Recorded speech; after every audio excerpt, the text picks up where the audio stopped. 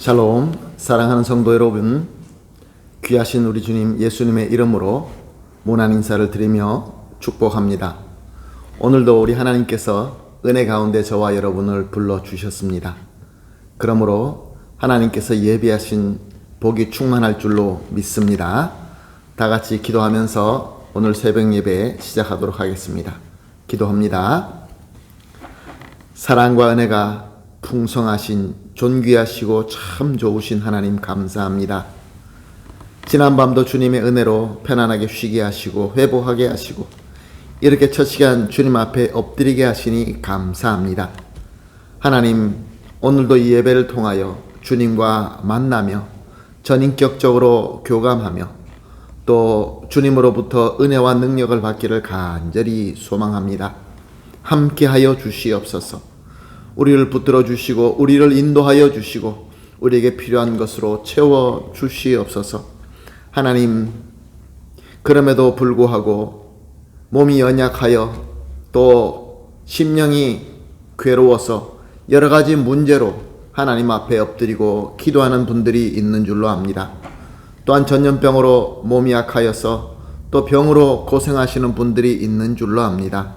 주님, 오늘 주님의 말씀을 듣고 또 주님으로부터 은혜를 받으면서 우리에게 지혜와 능력만 주시는 것이 아니라 우리의 모든 약함이 강하게 되고 상처가 치유되며 하나님으로부터 위로받는 주님과 진정으로 하나가 되는 귀한 예배가 되게 하여 주시옵소서. 그리하여서 단 한 분도, 단 한 성도님도 뒤처지거나 낙심하는 분 없게 하여 주시옵소서. 함께 주님께서 우리에게 세워주신 목적을 향하여 힘차게 함께 나가는 귀한 가정, 귀한 교회 되게 하여 주시옵소서. 감사하며 예수님의 이름으로 기도합니다. 아멘. 할렐루야. 감사합니다. 함께 찬송하시겠습니다. 찬송가 321장 날 대속하신 예수께 찬송하십니다.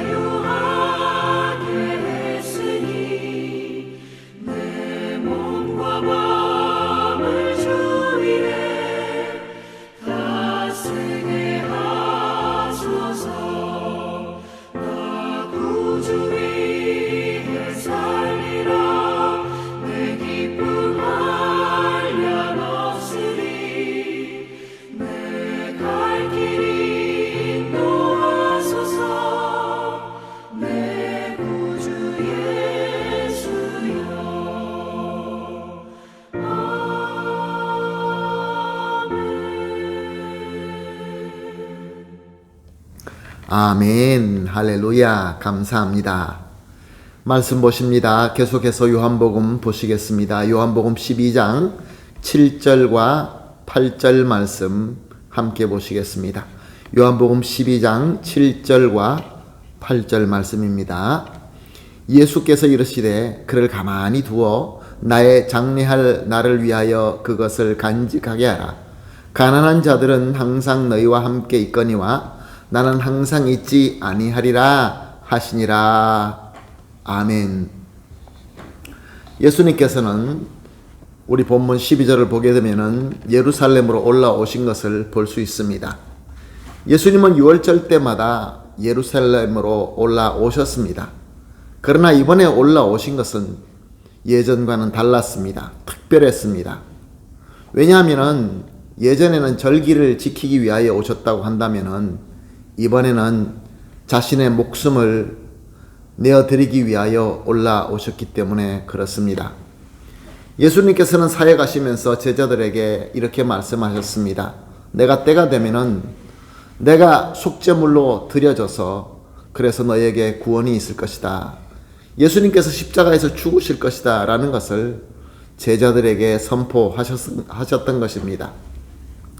그런데 바로 이제 하나님의 때가 되어서 예수님께서 이제 목숨을 드려야 될 때가 되어서 예루살렘으로 올라오신 것입니다. 예수님은 본질로 하나님이십니다. 그러나 또한 완벽한 사람으로 오셨습니다. 그러므로 예수님께서 이 십자가에서 죽는다는 것이 굉장히 괴롭고 슬펐던 것입니다. 이것은 우리가 예수님께서 겟세마네 동산에서 기도한 내용을 보게 되면 잘 알 수 있습니다. 예수님께서는 제자들에게 이렇게 말씀하셨죠. 내 마음이 매우 고민하여 죽게 되었으니 너희도 여기에 머물러 나와 함께 깨어 있으라. 예수님도 너무 힘들었던 것입니다. 왜냐하면 사람이 되셔서 오셨기 때문에 그렇습니다.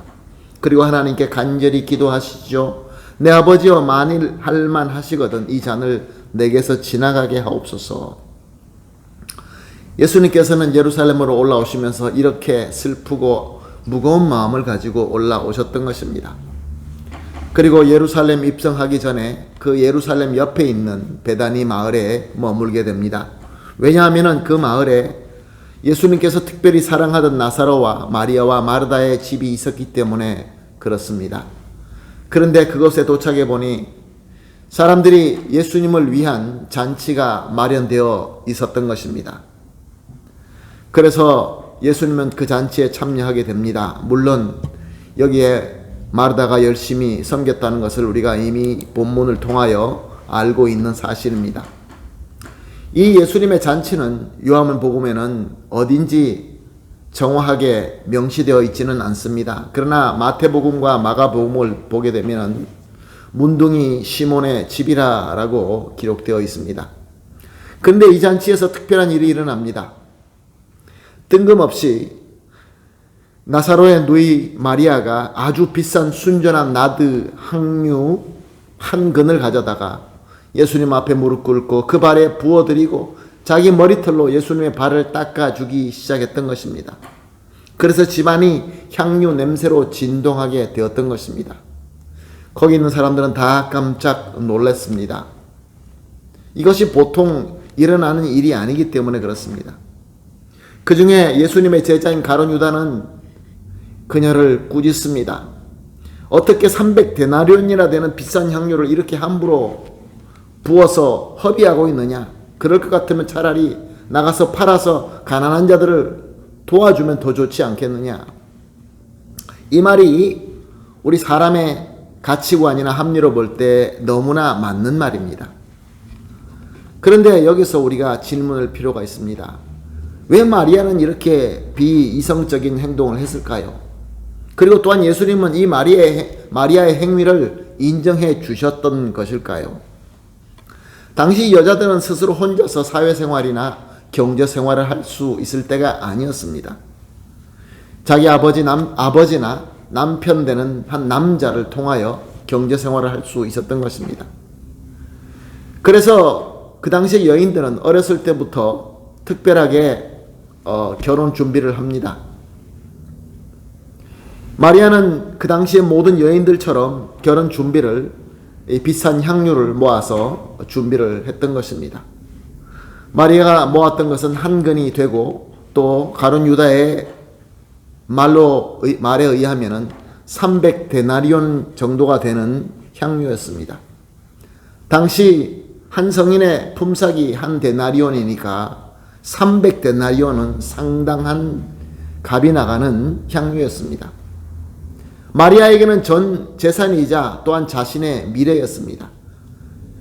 결혼을 하지 않으면 준비된 것이 없으면 결혼하지 못하게 될 것이고 그러므로 그것이 미래였는데 마리아는 그것을 예수님 앞에 깨트리고 다 부어드리고 자기가 가장 귀한 머리털로 예수님의 발을 닦아드렸던 것입니다.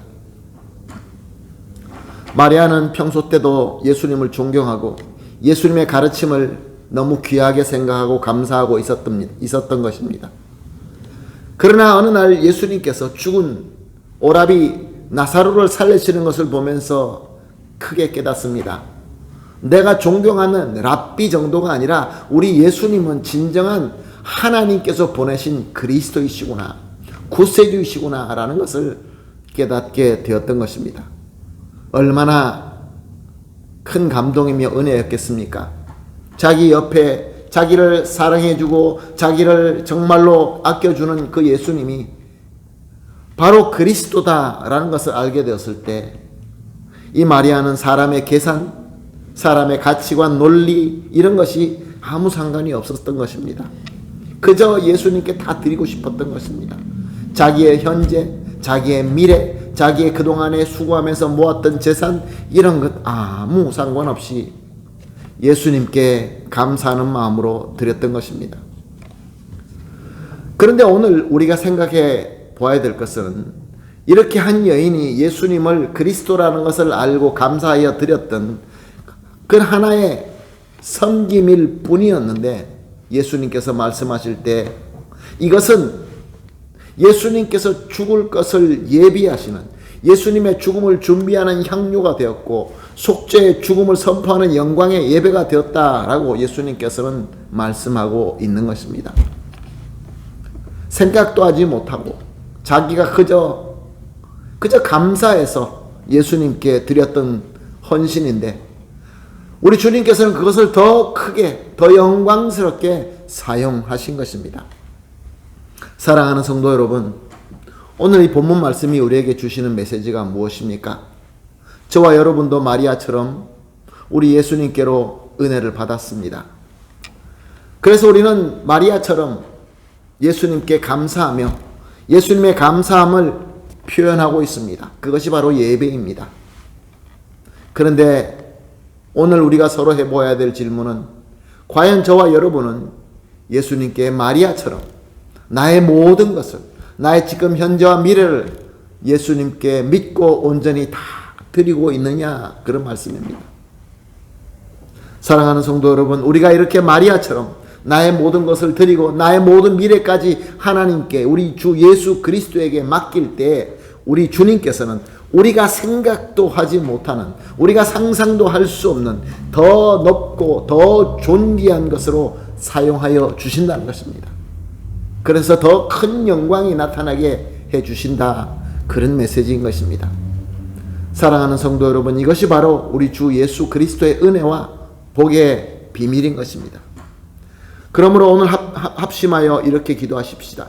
세 가지로 우리가 새벽 예배 때마다 세 가지로 합심하여 기도하고 있습니다. 오늘은 이렇게 기도하시겠습니다. 예수님의 은혜와 복의 가치를 진정으로 알고 감사할 수 있게 하여 주시옵소서. 두 번째, 우리의 모든 것을 온전히 기쁨으로 드릴 수 있는 믿음을 주시옵소서.